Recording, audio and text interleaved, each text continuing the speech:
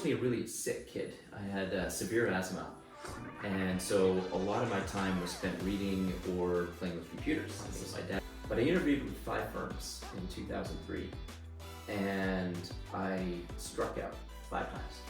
So after all those interviews, I got no's 5 times. But remember what my grandfather said: is take care of your mind, take care of your body, take care of your soul.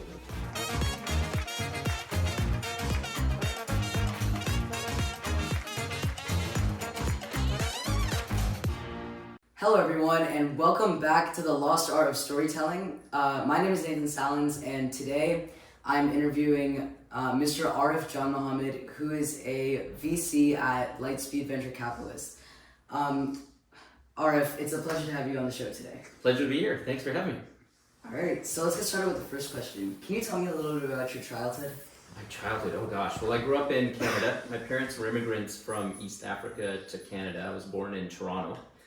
But at about 9 or 10 years old, I moved to Montreal. So I really think of my life, and the first foundation was in Toronto, but then moving to Montreal, that's where I really grew up, because those were the teenage years. I was unfortunately a really sick kid. I had severe asthma, and so a lot of my time was spent reading or playing with computers. So my dad got me a computer, my first computer, at the age of 10. And it was a massive computer back in those days, right? It had all of 20 megabytes of disk drive space, and it was an X286. And I taught myself how to program. So I remember teaching myself how to program. I spent a lot of time on what people called BBSs, bulletin board services, where you would dial up into these online services, and there I would talk to people, download games, upload games, and play a lot of games. So a lot of my childhood was spent in books and with computers. I was probably one of the top 2 or 3 people in my high school. Went to a private pre-college place called Marianopolis College, and then I went to the University of Waterloo, where I studied computer engineering. And what was your favorite childhood memory? Oh, that's tough. My favorite childhood memory. Well, I don't have a good answer for that. I've got a few that pop into mind. I remember when I got my first 10-speed bike, and that just set me free in the small town that I lived in. I grew up in a really small town, suburban town outside of the center of Montreal. It was a town called Beaconsfield. It's sort of an idyllic place, and we played a lot of baseball with the kids, and the 10-speed bike allowed me to get from game to game without having to rely on my mom. So I remember just whizzing down the streets, going from school to home to the baseball games that I played. Any brothers and sisters? Yeah, I've got a younger brother, Farouk. He lives in Toronto with his wife and 2 kids. Mom and dad moved to Calgary in the early 2000s, so our family is now spread out. I came to Silicon Valley for the first time in 1997, fell in love with it. It's just an incredible place of innovation. The weather's amazing compared to Montreal or Waterloo, and the thing that got me to come here was I was at University of Waterloo. I was looking for an internship. I heard about Silicon Valley in 1996. I didn't quite know what it was. I'd never actually heard of it. And I decided that I was going to come here. So I sent out 250 emails to every single company that I could find on the internet. The internet was just very nascent back in those times. And I just didn't take no for an answer. I kept calling, and anytime someone said, no, we don't have something, I said, could you pass on my resume? And somehow, some way, a guy named Jim Slater, in 1997, I was sitting in my college dorm room in Waterloo. Jim calls me up with a 650 number and says, hey, can I speak to, he mispronounced my name, can I speak to Arif? I got your resume from someone. I've got Keith on the line. Keith is the CTO of our company. He wants to interview you. And I had a midterm the next day, but I said, you know what, I'm going to talk to Keith. And so for 5 hours, Keith interviewed me, all sorts of technical questions, and for some reason, those guys hired me. It was a 14-person startup. It was in a garage. I would roll up on my bike when I moved out here. I would unlock the garage, I would roll it up, and we were building robots. So my first real job here in Silicon Valley was building robots, soldering things together. I built their power subsystem. I built their Wi-Fi. Wi-Fi didn't really exist, but their wireless modem. That was my first real internship in Silicon Valley. Then I took a detour. I lived in Switzerland for a couple of years. That's a longer story. We're not going to talk about that here, but it was just an incredible experience. And I came back for good in 1999. And at that point in time, the dot-com boom was in full effect. I went to a place called WebTV. I was employee 435, and I was designing chips by that point in time, which was just incredible. WebTV was building GPUs, which was not really cool back then. Now NVIDIA, of course, has popularized GPUs, but I built periphery around the GPU, and I actually got to build some of the parts of the GPU, which was really fun. And that's what brought me here. So how did you go from building wireless modems to GPUs? Was that your time in Switzerland? Not that weird. Not really. So when I was studying computer engineering at Waterloo. Okay. And computer engineering is a combination of computer science as well as electrical engineering. And what really fascinated me was logic. But I had to go pay my dues. And so my first few internships, I was really playing around the periphery, which was designing boards and putting together logic functions on those boards and soldering, as I mentioned, and then programming those boards. But what I really wanted to do was be a chip designer. Oh. And so my first job at WebTV was actually designing boards, but then I would pester the head of engineering, a guy named Chip Coffin, to allow me to join his group to work on chips. And Chip, actually, to his credit, he said, sure, come on over, I'll give you a chance. And to this day, I'm grateful for Chip for taking a chance on me. Chip unfortunately passed away from brain cancer about 20 years ago, which is really sad. But him and a guy named Dick Silliman at WebTV were the two folks that took a chance on me. In addition to, of course, Jim Slater, who somehow, to this day, I don't know how he got my resume, but he called me out of the blue. And what was the name of that company? That was called Nomadic Technologies. Okay. Yeah, that was a small 14-person startup. So I went from a 14-person startup in Switzerland. I worked for a 20-person startup building ISDN routers, which is a type of modem. Yep. And then when I came here, I worked for WebTV, which was by then a 435-person startup when I joined. WebTV was acquired by Microsoft for $500 million, which sort of gave me a taste of what it feels like to go through an acquisition. I worked for Microsoft for all of 9 months. It was just too big a company for me. Things slowed down incredibly quickly once we got integrated in, and so I left. And so in 2000, I joined a company called Andes Networks, which is building networking security systems. I joined as one of their first employees. Dick Silliman, actually from WebTV, called me over and said, hey, I want you to join this new startup. I knew nothing about networking. I knew nothing about security, but I learned quickly, and I built one of their first networking security chips. Went on to be the head of product at that company. So that company raised $50 million. It was the hottest company in Silicon Valley for about 8 seconds. We were funded literally 15 days before the dot-com crash.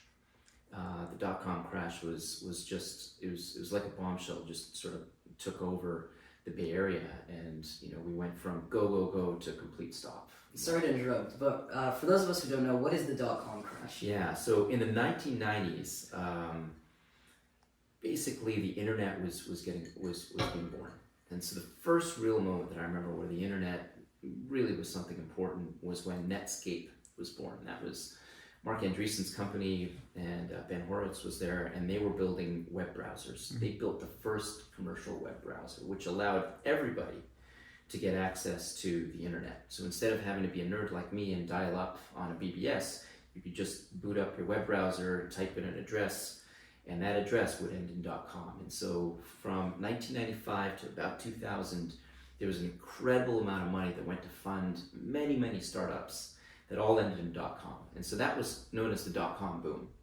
And companies like Amazon.com came out of that, Google.com came out of that, Excite.com came out of that, the list goes on, eBay.com came out of that, the list goes on.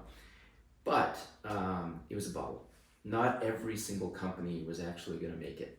And so in 2000, after a number of these dot-com companies had gone public on the back of promise, meaning they would be, huge companies with lots of revenues, the story started to unravel. in the public markets, where people started to realize that, well, maybe not all these companies are going to have hundreds of millions or billions of dollars of revenue. And on April 15th, 2000, the NASDAQ, which is the technology public market, stock market, it dropped from, I don't remember the exact number, I think it was about 5,500 to about 3,500 in a matter of days. And a lot of people lost money. A lot of companies went under. A lot of people lost their jobs. It was a very, very difficult time in Silicon Valley. And I got really lucky because the startup that I was at, Andis Networks, was well capitalized because we'd raised that $50 million.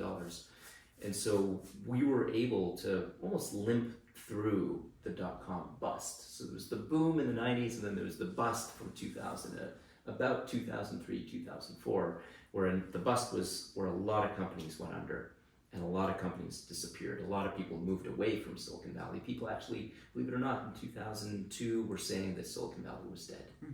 And the amazing part is Silicon Valley goes through these boom-bust cycles. And it's done that since the 1800s when people discovered gold. And there have been all these technology cycles that have come and gone. The dot-com boom, the dot-com bust. Circa 2004 was when Web 2.0 was born. And that was a renaissance for the Bay Area. Then there was the SaaS and cloud boom. And then there was the bust of 2008 to 2010. That was more the global financial crisis. We came roaring back. And then there was the post-COVID bust. And so people were saying Silicon Valley was dead again, believe it or not, just 3 years ago. And now we're in the AI boom. Do you think there's going to be an AI bust? There's always boom busts Yeah. in the Bay Area. And so right now we're at a point where there's a lot of capital that's flooding in. There's incredible technology that's being built. A lot of money is going to be made and a lot of money is going to be lost. Not every single company is going to make it. And from there, how did you transition to Lightspeed? Yeah, so Sorry. I was at Andis Networks, and the company lived through the dot-com bust, as I said, and we were acquired by Sun Microsystems. Sun Microsystems was a Silicon Valley darling. It was a high flyer at one point, and they acquired us for the technology. And so I was acquired into Sun Microsystems, and at the same time as I was acquired, a lot of the venture capitalists that had got to know me through the Andis Networks boardroom reached out to me. And they all invited me to come meet them, meet the partners. And I was so naive, I didn't really understand what venture capital was. I knew there were these people that were primarily on a street called Sand Hill Road in Menlo Park. And they were the people with the money to help our companies build and innovate. But I didn't know much more than that. And so I went and interviewed with 5 of these venture capitalists. I didn't realize I was actually interviewing until, they kept calling me back to meet more and more other people. I thought they just wanted to get to know me and perhaps place me in another one of their companies. But I interviewed with 5 firms in 2003, and I struck out 5 times. So after all those interviews, I got no's 5 times. But along that process, I learned about venture capital. I saw these amazing offices. I learned what they did. I learned how they were the capital that fuels the innovation economy. And I decided 2 things. 1, I want to be a venture capitalist. And 2, I want to be the best venture capitalist that I can be. And so that was 2003. At the same time, I'd actually applied to business school. And 2003 was a very difficult year to apply to business school because of the dot-com bust. In fact, there were record numbers of people that had applied to business schools. I applied to 3 business schools, and I didn't get into business school either. So that was sort of a personal low for me because I didn't get into any venture capital firms, and I didn't get into business school. And so I resolved that I will get into business school, and I will use that time to transition my career over to the financial side of technology. And so I applied again.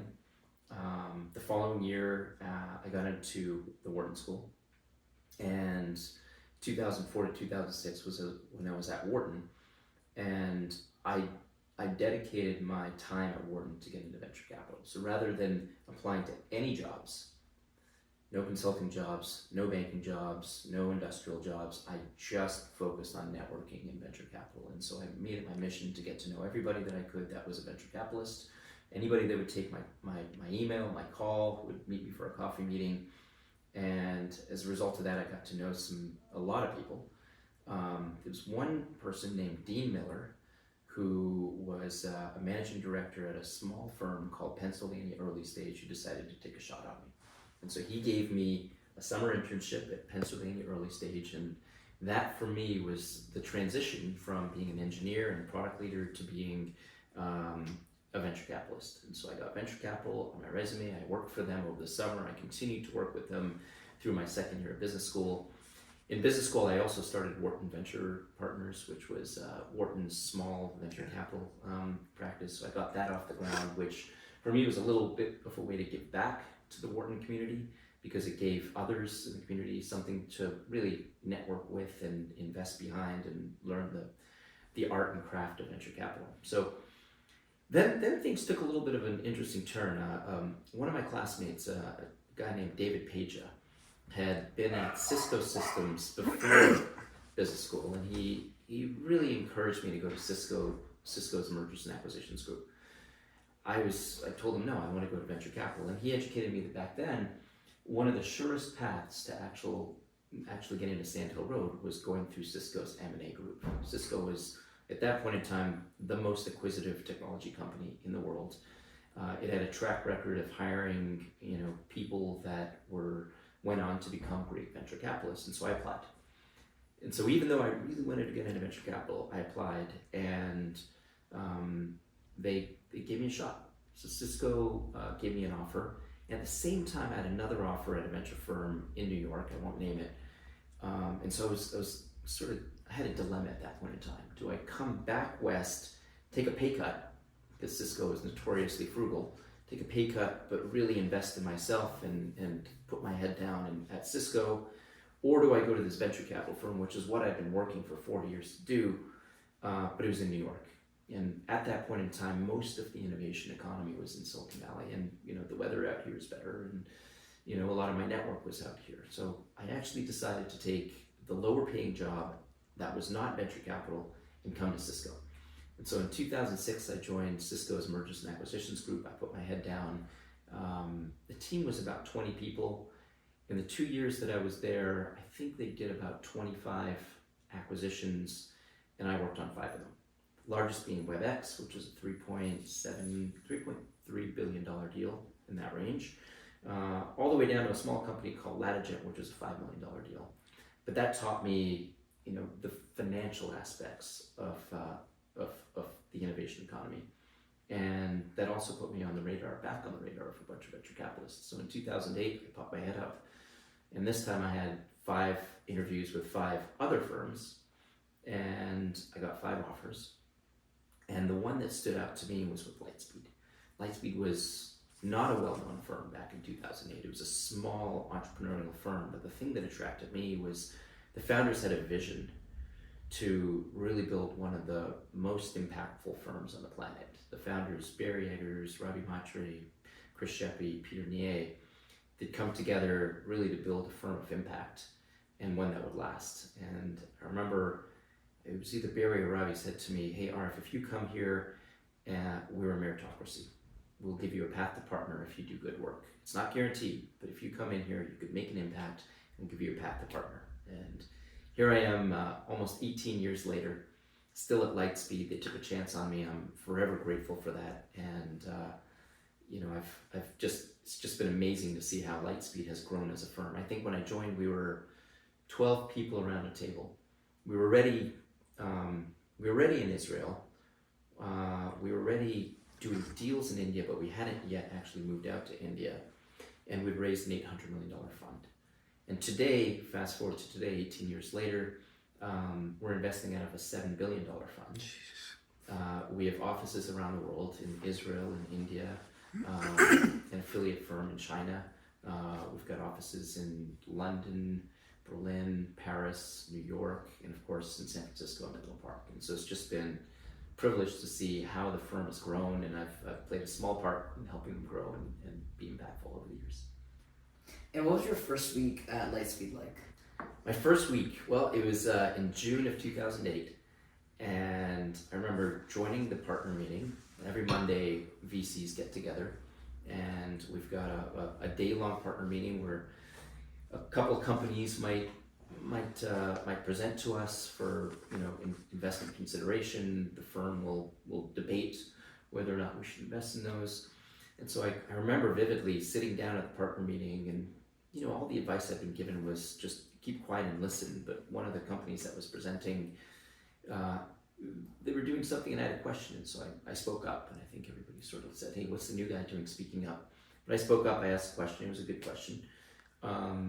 And then I was introduced to my assistant for the first time in my career. I had my own office, a fancy chair, my own phone. And I remember the partner sat me down and said, all right, we'll see you next week. And so Monday was the partner meeting, but then Tuesday, Wednesday, Thursday, Friday, Saturday, Sunday, the partners were on their own. So I remember sitting in my chair, sort of spinning around and said, okay, who should I call? And tell them that I'm a venture capitalist. And so then I went through my list of contacts and set up a whole bunch of meetings. And started to learn the art and craft of being a venture capitalist. So you've been motivated for your entire life, since you were a child to now, to when you came to the Bay Area. What has kept you motivated this whole time? I think it goes back to childhood. My parents came as immigrants to Canada, and they instilled in me a strong work ethic. And my dad was an entrepreneur. My grandfather, who passed away at the age of 102, he had 5 different careers in his life, and I always looked up to him. He started companies, he ran companies, he moved around the world. I mean, he was just an inspiration. My father was also, he started a company after really going through some difficult times where he lost his job and was unemployed for several years, right? So just seeing how hard my dad worked and built something from scratch and then sold it in the late 90s, and seeing my nanabapa, my grandfather, just continue to work his entire life was inspiring. And I'll never forget, on my grandfather's deathbed, this was more recent, unfortunately, I asked him, what's the key to having a long, happy, healthy life? And he said, look, it's easy. Take care of your mind, take care of your body, take care of your soul. Very simple words, but very hard to put through in practice, right? That means keep your brain active, don't let it atrophy, keep your body active, right? Watch what goes into your mouth, exercise, and then of course take care of your soul, whether it's a god, several gods, something bigger, feed your soul through meditation and reflection and practicing gratitude. What has motivated me, I guess I was wired that way. I don't know any other way to describe it, right? For me, I was always very competitive. I wasn't blessed with a lot of athletic aptitude, but the way that I competed was I wanted to be at the top of my class in elementary school and in high school. I wanted to compete in college, and I really wanted to make an impact and a small dent in the world.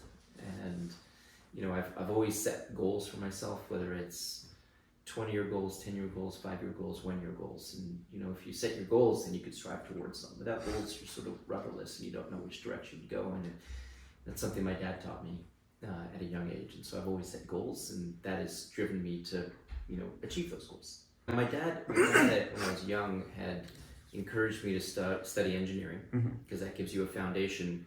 And then he'd also said, look, at some point you use that foundation to also study business. And so the blueprint that I had from my father was go study engineering. And so I applied to Waterloo, which is Canada's premier engineering school, and I applied to their hardest program, which is computer engineering, and got in. And then later on, I used the foundation of engineering to transition into business, which is when I applied to Wharton. Arif, what took your parents from Africa to Canada? Yeah, so my family is actually Indian. Okay. And we left India in the late 1800s to go to Africa as a family, and they set up roots there. My father's side, my grandfather was he owned a restaurant. And then, I spoke about my mother's father, who was, just a businessman and, had many, many careers. In 1972, Idi Amin in Uganda actually committed genocide against his own people and persecuted the Southeast Asians, the Indians, and basically gave the Indians, a few weeks to leave the country. He nationalized all of their money and then and their property, and gave them 2 to 3 weeks to leave the country. And In Uganda. in Uganda, and so Canada opened up its doors, as did the United Kingdom, opened up their doors to these displaced Indians. And there was risk of that, sort of Idi Amin's actions spreading into Kenya and Tanzania. And so a large migration then followed out of East Africa into the UK as well as Canada. And so my family was part of that migration. They didn't come in 1972, but they came a few years after that. And so a lot of our family, my father's siblings, my mother's siblings, landed in Toronto or Vancouver or Calgary in Canada. And were they in Tanzania or Kenya, or was your family? Yeah, my parents were in Kenya. Okay. So venture capital, what's something that someone would never expect about that job? Venture capital looks extremely glamorous on the outside. Hey, you've got a lot of money, you're just going to pick which companies you put money into, you sit on boards, and then those companies succeed and you make a lot of money. That's sort of the external perception. It's a very prestigious occupation. A lot of people want to do it, but the reality is it's an incredibly competitive business. It's a lot of work. A large majority of startups fail, and each of us work incredibly hard to find entrepreneurs, to work with entrepreneurs, to convince those entrepreneurs to take our capital versus some other firm's capital. And then once we're in, the real work begins to help those entrepreneurs build companies of impact. So it is competitive. It's extremely hard work. It can be emotional because not all companies make it. In fact, many don't. You build these incredible relationships with entrepreneurs through the journey, and you celebrate when they do well, but you also you're impacted when they don't do well. And then every once in a while, a company can go public, which is just an incredible milestone, or a company's acquired for a lot of money, and you celebrate that with the entrepreneurs.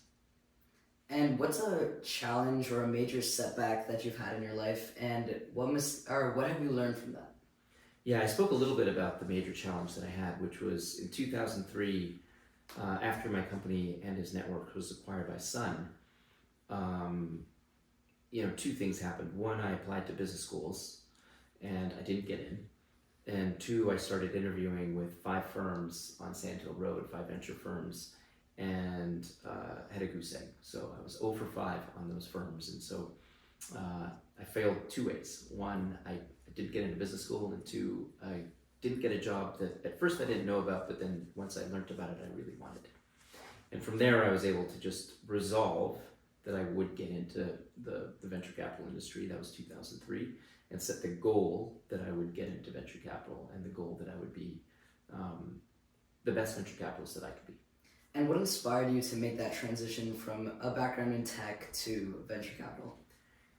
I went from the building part of the innovation economy, which was engineering, product management, to understanding through this interview process in 2003 with a bunch of venture capitalists, to understand the other side of the innovation economy, which is the people that fund the companies, that guide the companies, that support the companies, that are not just capital partners, but are thought partners to entrepreneurs. And the idea of not just working at one company and putting all of my energy into building at that one company, but rather investing in a number of companies and partnering with a number of entrepreneurs that are going after different parts of the technology stack. That was really, really exciting. Why? Because one, you get diversity of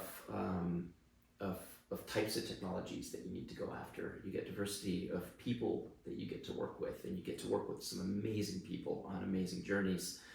And then third, you sort of exercise this curiosity around where the world is going. And then when you have a perspective, you really put capital behind it. So you've got to live with your decisions. And in many cases, you live with them for a very long time. Having an engineering background, do you feel that makes you almost better versed in VC just because you understand what the entrepreneurs are going through? There are many successful venture capitalists who have different backgrounds. For me, as an engineer, I'm more of a technical venture capitalist. I've spent my entire career investing in enterprise B2B technologies, and I've invested in chips all the way through applications, chips, security, infrastructure, applications, now AI. And I lean on my technical background to really understand how the architecture that a product builder may deliver a sustainable advantage. But a lot of venture capital is really just finding the right founders, having intuition about what someone will go be able to accomplish over a 10, 15, 20 year period. And so you end up just exercising your left brain and your right brain at the same time, right? Technologically, is this the right technical approach? But then, from a human perspective, do these founders have what it takes to go long? Are they great storytellers? Can they attract capital? Can they attract customers? Can they attract other people, talent to their companies, right? So venture capital isn't just about finding the right technology. It's about finding the right people that could, build that technology, attract the right people to grow that company and, build companies of impact and endurance. So, Arif, what's something you like doing outside of the office? My job is pretty demanding, so I don't have a lot of time outside the office, but remember what my grandfather said is take care of your mind, take care of your body, take care of your soul. And so a lot of my time is spent, feeding the body and the soul. I'm blessed with an incredible wife and two just amazing sons, so I love to spend time with them. Until a few years ago, my wife and I played ice hockey together. COVID unfortunately brought that to an end when our ice rink was torn down in Redwood City, but that was our real hobby together, was playing hockey. I've got a passion for travel. I've lived out of a bag by myself for about 2.5 years, so I backpacked around the world. I love discovering new cultures. I'm a big fan of history and seeing historic places. I love exploring places with my kids now, which is just an incredible way to see the world through different eyes. I love to ski. So, in the winter we'll try to get out to the mountains a couple of times. Love to hike, enjoy the greenery that we're blessed with here in California. And then a lot of it is, work and play actually melt together, right? Because I have that curiosity. Love to read about, what's happening in the world of technology and really think about connecting the dots between the technology that is being built and where that can be applied later on, and then use that to go find the entrepreneurs that can really shape the future.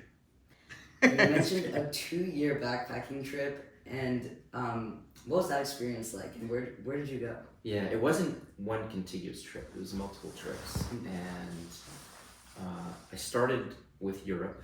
I spent 2 summers in Europe backpacking around. One summer it was Southern Europe. It was Spain, Italy, Greece, Turkey. Where else did I go? Switzerland, where I was living, France. Then another one was northern, where it was Germany and Czech and Hungary, and then into the Scandinavian countries. But that just gave me a sense of how amazing it is to discover. I did another trip into Southeast Asia. My first trip to Southeast Asia was beginner Southeast Asia, which was Thailand, Laos, Cambodia, and Vietnam. About a month in each of those places. Then I did advanced Southeast Asia, and that was Burma, Nepal, Tibet, and then I went through a lot of China on my own, which was an adventure. Where else have I gone? I've spent time in South America. I did a trip to the Middle East. I had a ticket in and out of Cairo. 4 months. I just backpacked from Cairo through Jordan into Syria, Lebanon, and then back down into Israel. Just incredible. I mean, this is sort of the cradle of civilization. So being able to see, unfortunately a lot of it in Syria is gone today, but see some amazing historic cities in Syria, in Jordan, in Israel, of course. Jerusalem's probably my favorite city in the world. It's the convergence of three of the main religions, and the history there is unparalleled.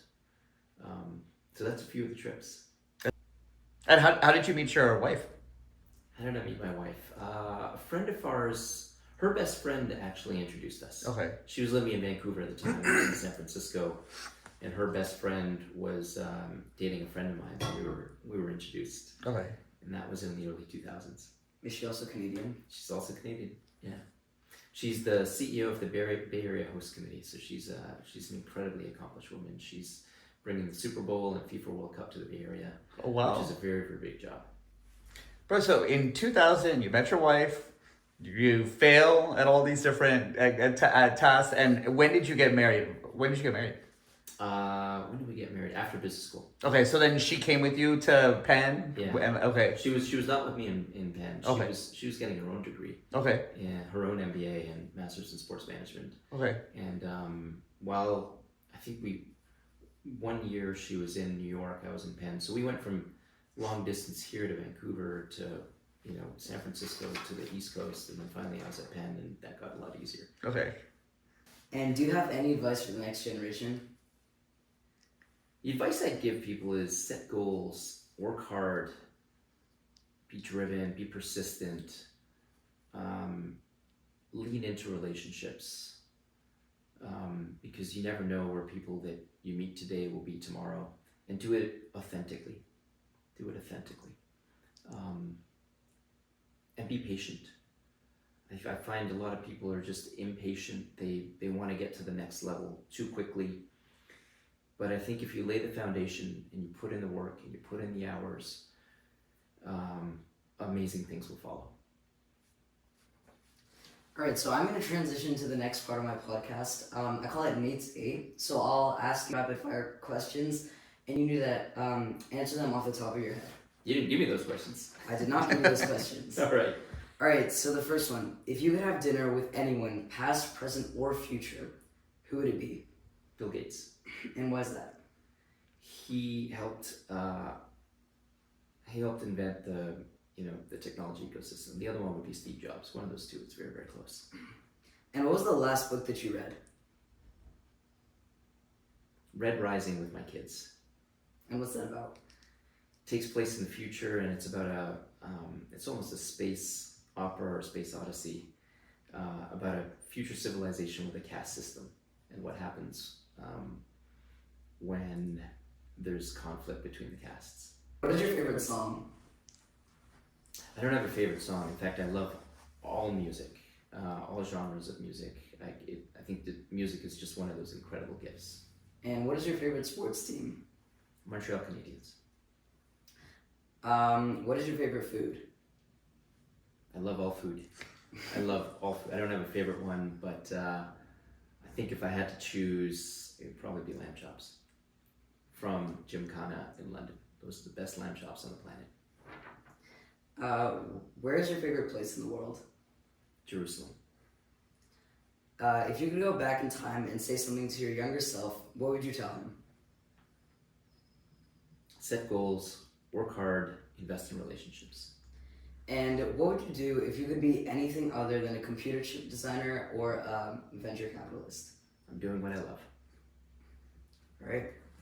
That's a wrap. Thank you so much, Arif, for participating in the podcast. I really appreciate it. Your story was truly inspiring to us all. Thank you for having me. This was a lot of fun.